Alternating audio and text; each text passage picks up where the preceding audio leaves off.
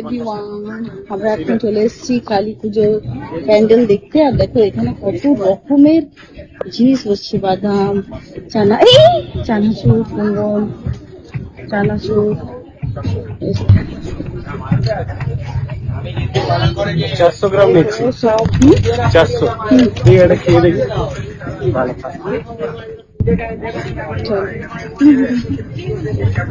ভালো ভালো।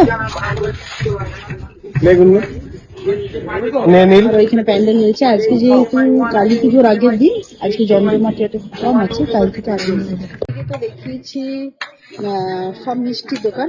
আর দেখো এখানে পাওভাজি করছি, পাওভাজি পাওভাজি হচ্ছে। আর এখানে অনেক কিছু চপ, সব খাবার জায়গা,